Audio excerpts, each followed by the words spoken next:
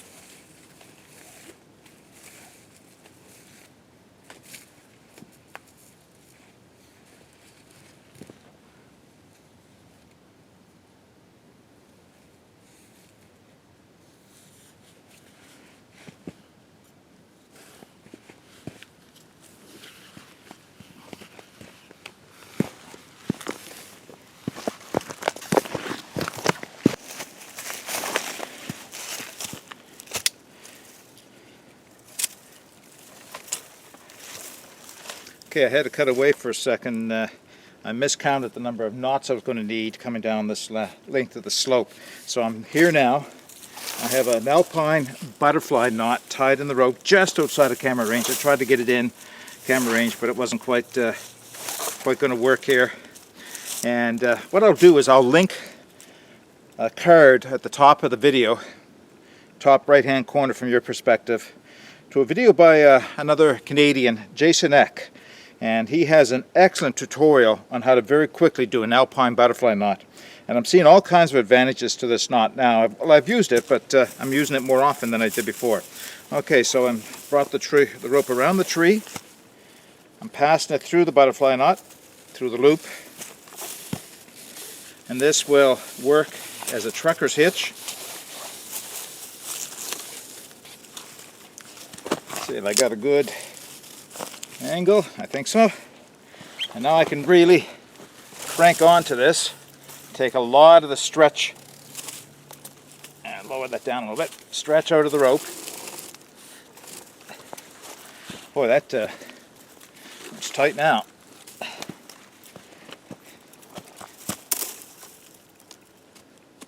Good chance you can't quite see what I'm doing, but I'll show you the finished product. Just finishing off the hitch. I'm going to end up putting a security knot on the back end of it as well. And I'll show you what I mean, which is just 2 half hitches really. All that tag end to pull through. It's one.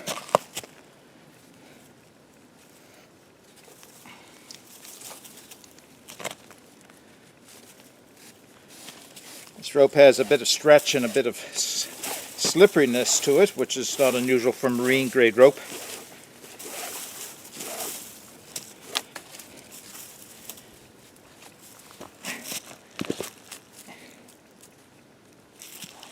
And since I have it, I'm going to put a 3rd half hitch in.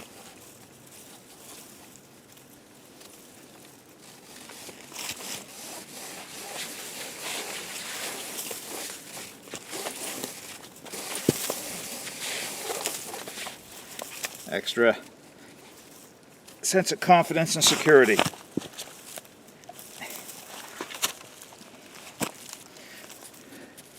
Oh yeah, that's much better.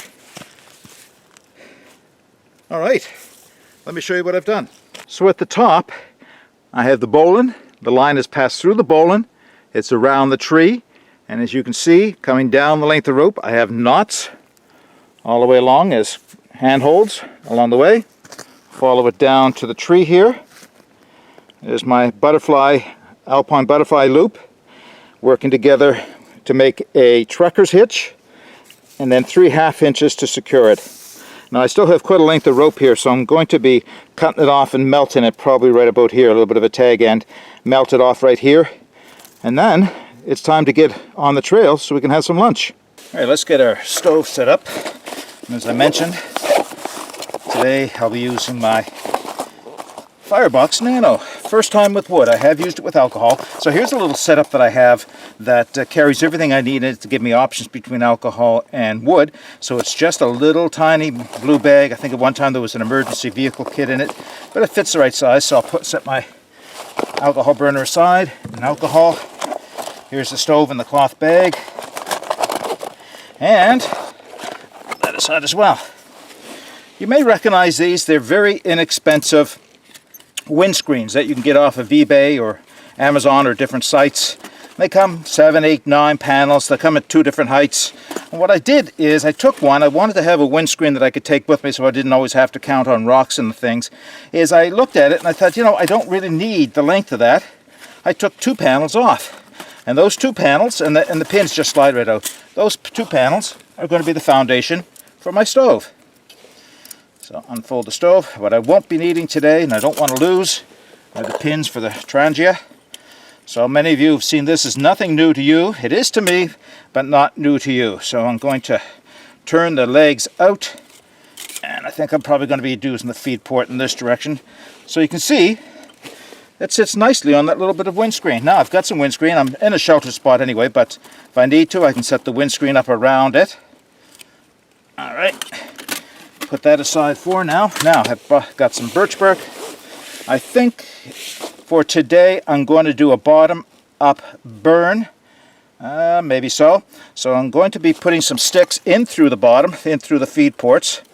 So again, this is new to me, so I'm trying to get the right size Okay, that'll work. Split down some little bit of pine, not pine, sorry, spruce. And they fit, but not the best. All right, but that's okay. They'll work. I can split them down a little further if I need to, I guess. I may have to. I think they're all still too big. Okay, so what I'm going to do is drop a little bit of birch bark in. Not very much.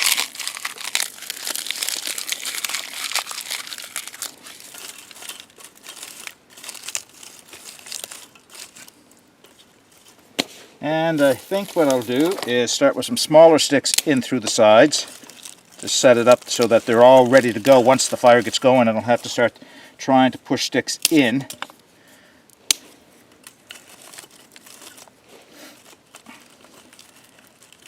So that's a couple through that side of it, a couple through this side.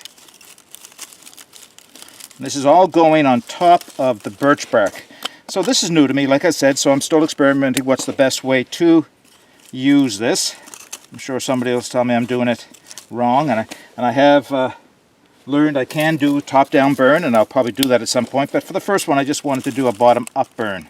So I've got a little bit of sticks going crosswise. Put a few small ones through the bottom, or through the top, sorry. Don't want to overload this for make it too difficult for me to put my pot on. That's alright, I've got a good supply of small sticks. Now, to get under there, I need a little bit more birch bark, and I have plenty. I'll take my stove aside for a second. So is this the correct way of doing this? I don't know that there's any one way to do this. It's just the way I'm going to do it.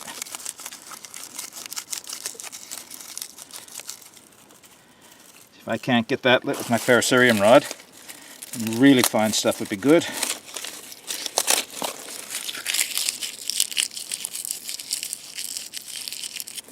Should give me something to light. Ferrocerium, and I'll be using my knife. Actually, the Chaga, the one from the grindhouse knife blades. See if I can't get right down inside of here. And I loaned this the other day to some people at a workshop, and I've got washboard all down the side of my ferrocerium rod.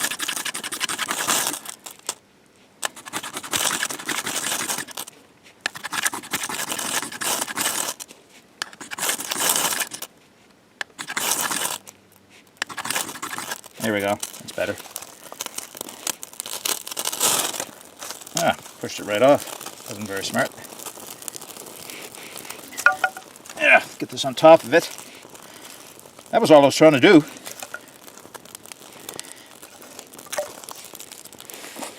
We'll give that a second to catch from the bottom up, and I'll get my kettle ready. It doesn't take long for these wood stoves to go through wood, these tiny stick stoves. The smaller they are, of course, probably the faster they'll go through. But this stove is exceeding, I don't think I need that right now, exceeding my expectations in terms of performance so far.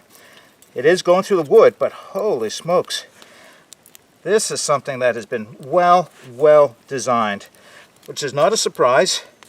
Anybody who has the full-size Firebox will know just how efficient they burn. But this being such a small stove, I honestly didn't expect this kind of performance right out of the box.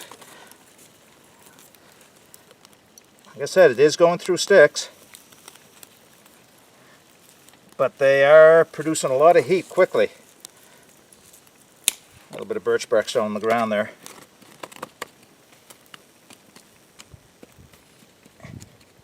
Make sure that's all out. Clean right now, very little smoke. Got some bigger sticks, not real big, but a couple bigger sticks coming through the, that's a bit big, through the sides. But I think it's time to get some water on. So, that was the first thing I wanted to show you today. The Firebox Nano stainless steel. This was a Christmas gift from my wife. I've only used it once with alcohol. Now I'm using it for the first time with wood. And the other thing I've only used once with alcohol is a gift from my friend Wayne Smart at Kijiji Life. Wayne gifted me this kettle, the stainless steel Pathfinder or Self-Reliance Outfitters kettle, because he thought it might be something I could use when I'm doing a lot of the teas. And the reason he said that is the way these things are designed. They have a drop-in stainless steel screen that will drop in, and you can put your water through there, your leaves, your needles, whatever it is you're going to be using, and you know, it'll keep it from going into your cup. These are a nice size. This is 1.2 liters, and I'll give the measurements and the weight if you're interested. I'll put them on the screen. So they hold a fair amount of water. Now I'm going to put in all the water I have in my water bottle, which is 750 milliliters, because I want enough for my lunch and of course for my coffee. There's the two bales, the swing arm bales, and they do stay in position. They're not going to fall off. And we'll get that on. Yeah. Okay, I can see right away by using the small stove at this point, it's sitting there very stable, but I'm going to have to be pushing the rest of the sticks in through the sides. So I'm going to have to make sure I've got a nice supply of sticks that I can push in through the sides and just keep sliding them in as I go. Alright, so there we go. We have my new stove, the Nano from Firebox, and my new kettle from Wayne, the Pathfinder Kettle. And now it's time for lunch.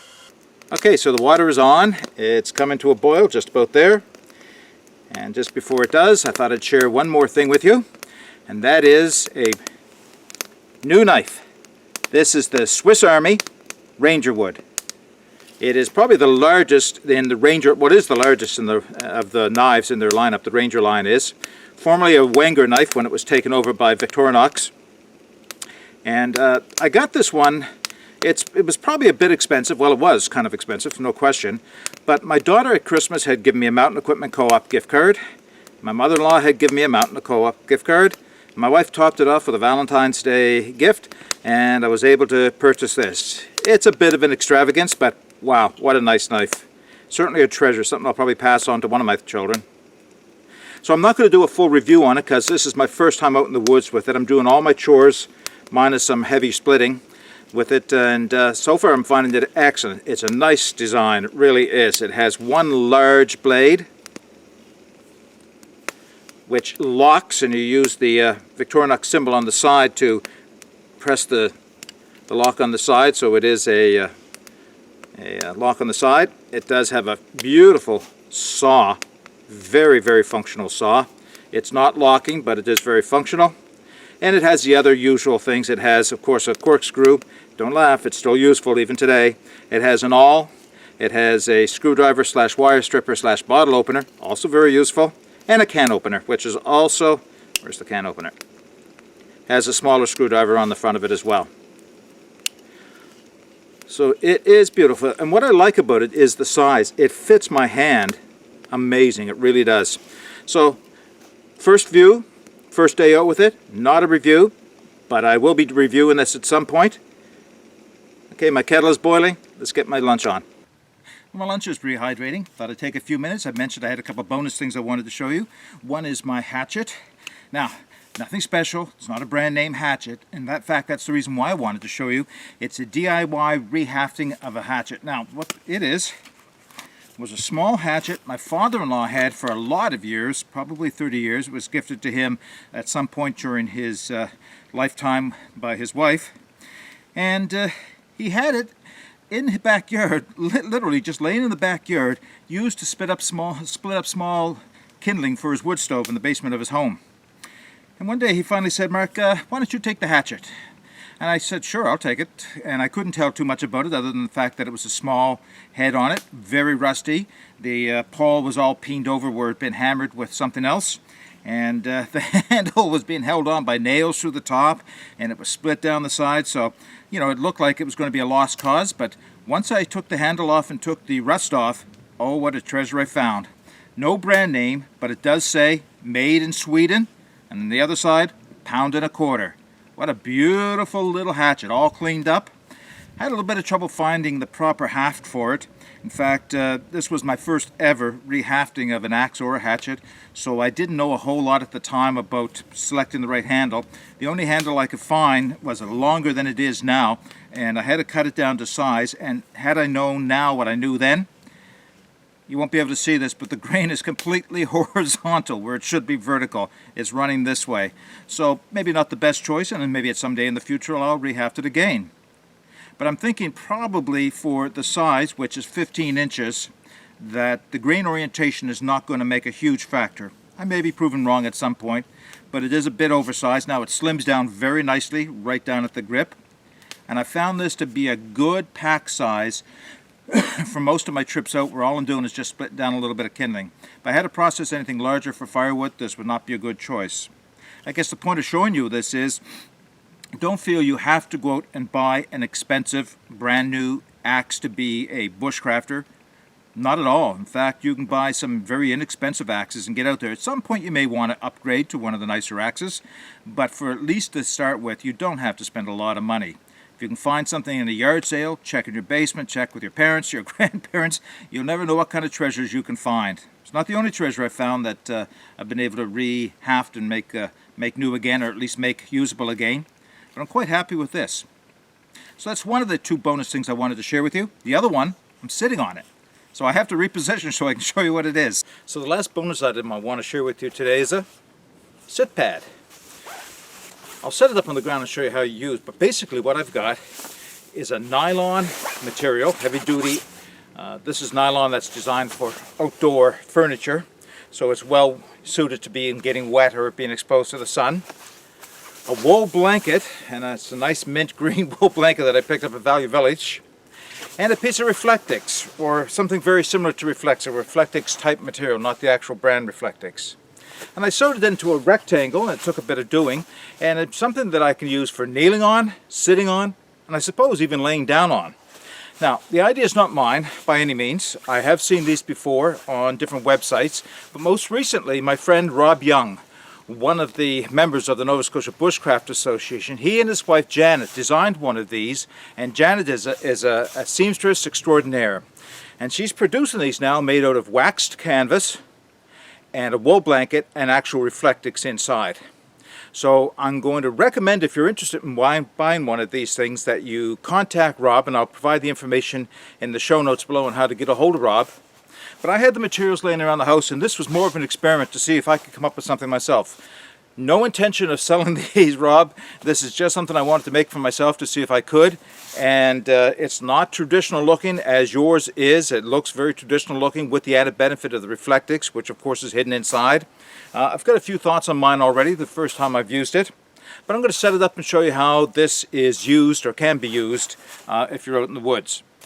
Okay, first and foremost, I've got it folded twice, and it gives me a very comfortable, very protective place for my knees to go. So if I'm doing any splitting of wood, or feather sticking, or building lunch, or anything else that you'd have to do on your knees in the woods, this gives me all the protection I need. Now, I can open this up, full size, and now I've got a sit pad that I can actually lean up against a tree with. Now let's just do that. Oh.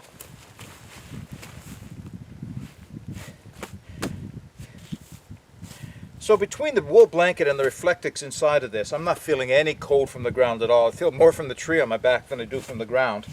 So this has provided me with a nice place to sit if the ground is wet, a little bit uneven, a little bit dirty. I can lay this down. I've got protection for, well, you can see right from my butt, and it's just curling up around my back here, right out to almost to my ankles. So this is everything you would need to sit down on the ground with. If I was caught out overnight, it wouldn't give me all the protection I'd need for warmth, but if I laid this on top of a browse bed of some type, I think this would give me just that extra bit of protection and maybe some comfort, so I don't get all the little fir boughs poking into my back. This is working out very well. Well, I hope you've enjoyed this short video introducing, and that's all it was just an introduction of the Pathfinder Kettle, the Firebox Nano stove, and my new Victorinox Rangerwood. I will be doing more use of those things, and as I get used to them, then I'll do a product review on them. I don't think it's fair just to show you this in one time only and say it's something you should buy. If you are interested, stay tuned, because those things will be coming up. And again, I'll post the information before how you can get a hold of Rob Young and see if it's something you're interested in having to make one of those sit pads made out of canvas, wool blanket and Reflectix. But until the next time, get out and explore. Take the path less traveled. It'll make all the difference. Bye for now.